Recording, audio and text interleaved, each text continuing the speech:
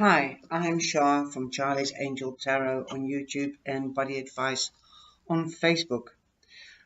Today I've done most of the introduction work on the tarot and where it originated from. And today I will leave a link below on the video with regard to what I said yesterday. I couldn't think of the war and with the horse of Troy. But if you like the films about the Persian War and Troy, the horse, and things like that, I'll leave a link down below. You can find many of them on YouTube. But yesterday I meant the Persians. When the Persian War was the Persian War against the Romans, I think it was. I'm not quite sure. Don't hold me on that one. But I think the film is fascinating, and this will relate back to mythology and what we were talking about yesterday. So the word that I was looking for yesterday was the Persians, and I'll leave the link of the film below. The cards I'm going to talk about today is from the Big Arcana, and it's the first one, and it is a naught, so it is the Fool. And I'm going to talk a little bit about the Fool and how he's depicted and what you can see in the card, and then I will tell you my vision on the card and how I use this card. And in every deck, like I said, is different. So let's begin. There are 22 cards in the Big Arcana, and I've shown you some of them yesterday, if not all of them, but very briefly with no explanation. So here we go.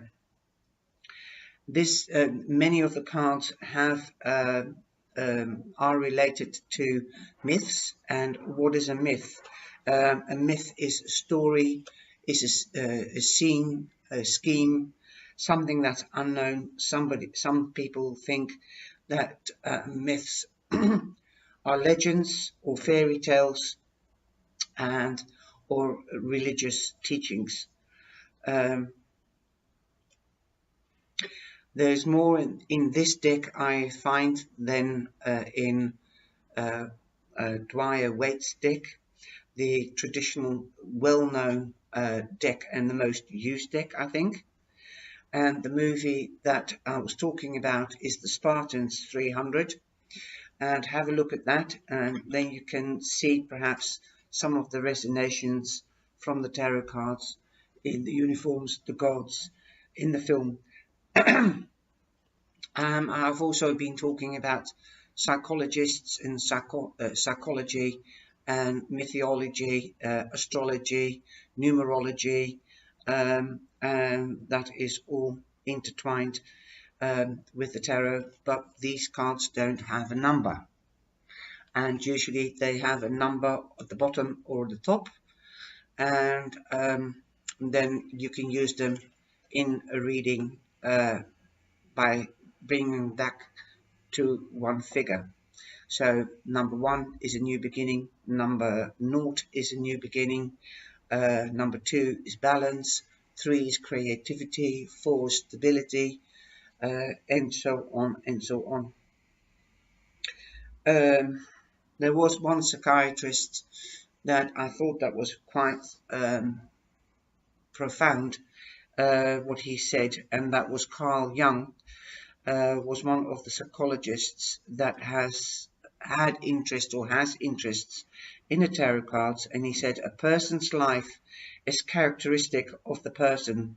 Definition and the psychological insight go hand in hand with the images of the major arcana, because what is happening outside of us is linked to what is happening inside of us. So that's why, for one reason, for example, I take it that explanation is what is happening outside of us and around us, that's the energy, is also happening in us or could be happening within us. It's up to us to make the choice when we have a reading with somebody, then the energy is there. And like I always say, from an action comes a reaction, and from a reaction comes an action. So then it is the outside brought in, and our energy or our way of thinking, our feeling, our intuition can be brought out in our decisions to the outside world. This is quite unique, this card, because it is naught, and you see there is a cave behind him, and he was born twice. This is I forgot what his name was. Hang on a minute. Dio Dionysus. He was the son of Zeus, and Zeus was the king of the gods. And so I'll tell you the story very, very quickly. His mother was Hera, and Hera was the wife of Zeus.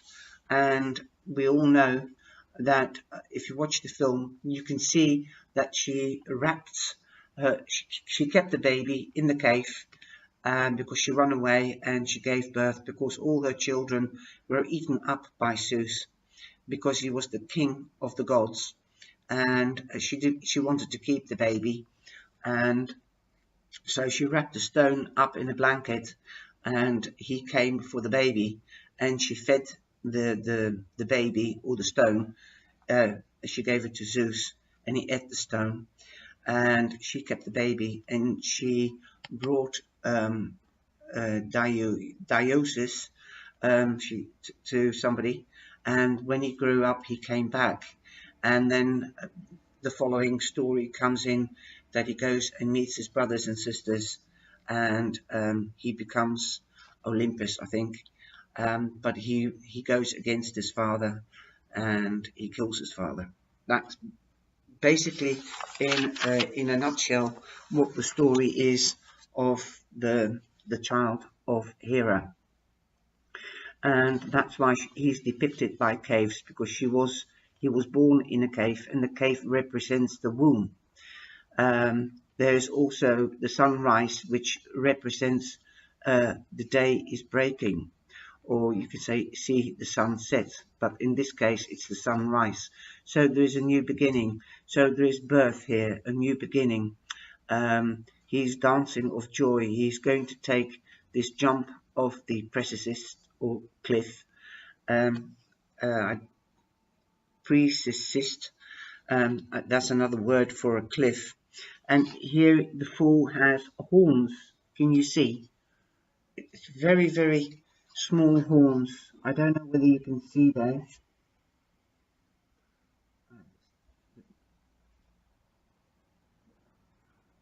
If you go onto internet and you Google the fool from the Mythic Tarot, then perhaps you can see the picture much more clearly.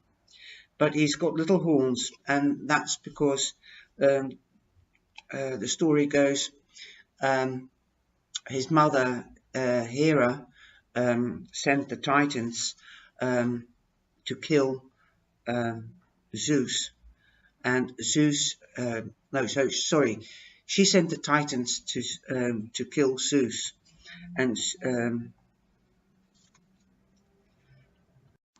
sorry, there was some noise outside. Like I said, Hera sent the earthly gods to kill and to tear apart Dionysus, I don't know how, the fool, and Zeus came back down and saved him, or rather his heart, and he put it in another body, and that's why he was born twice, and he became, that's why he's known as the god, the mysterious god of Dionysus. And his father wanted to keep him and save him, and that's why he sprouted the horns, because he was brought back, because Zeus also went 1/3 of the year down to the to the dark world. So that's also why he was foolish, because he didn't know, he didn't have a conscience, and he was a fool. He didn't have an understanding of life, because it also represents the infant. Um, you can also see the bird that was brought to him, and the bird, the falcon, or the hawk, is keeping an eye on Diosis for his father, and he's going to take a leap of faith, a new beginning. You can see that the country behind him is bare, and he's going into something new, and he doesn't care anything about it. He just takes that leap of faith, and that's why you get on the cards of Buddayadvies a leap of faith, or other decks it says a leap of faith, because he just doesn't know where what is going to be in front of him. He doesn't know what it's going to bring, and so he goes on to this journey. And that's why it's also beautiful, actually, in the tarot runes that I have. The spiritual meaning is not a beginning or an end. It is not important. It is what you experience in your life.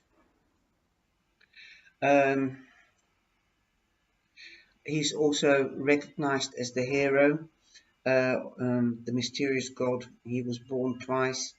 He's also the hero of our journey, because he represents a new beginning, birth. It could be anything. And also it gives you the bird here. If I see a bird of prey, then I also see another perspective. So with a new beginning, don't be fixed on the idea of what that you think you might know what the journey would be or is going to be, because you don't know. You're at the beginning. You haven't got any understanding. You haven't got the knowledge. You haven't got the life experience. So it's totally unknown. And I think it's a beautiful card. And this is what the pagans truly believe. And that's the history behind this card. So, take that leap of faith and see it from a different perspective. And that's why it fascinates me to have different decks, so I can get different perspectives. And it keeps your mind agile and fresh. It keeps the tarot readings also excitable, intense. So if you want a closer look to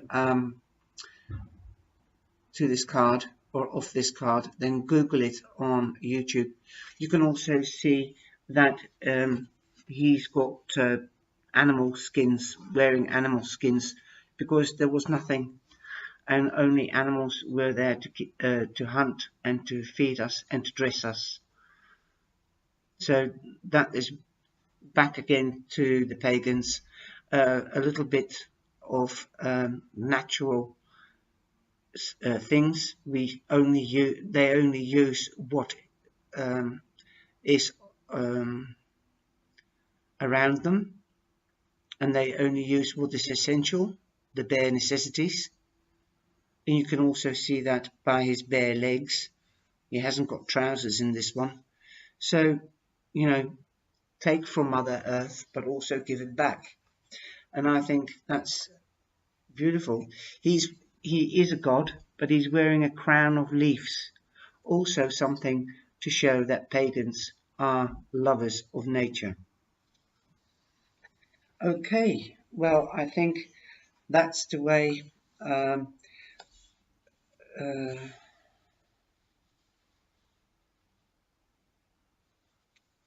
the best I can explain it, and I hope to hear your reactions. So when I get this card or in a reading, then I just think it's a new beginning.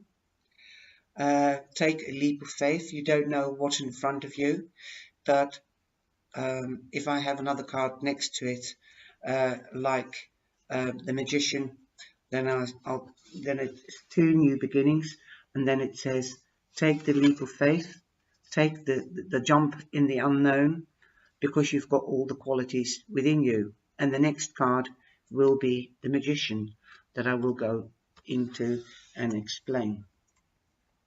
I hope you've liked this reading, and I'll see you next time. Take care and be blessed. Thank you for watching, and please share and like.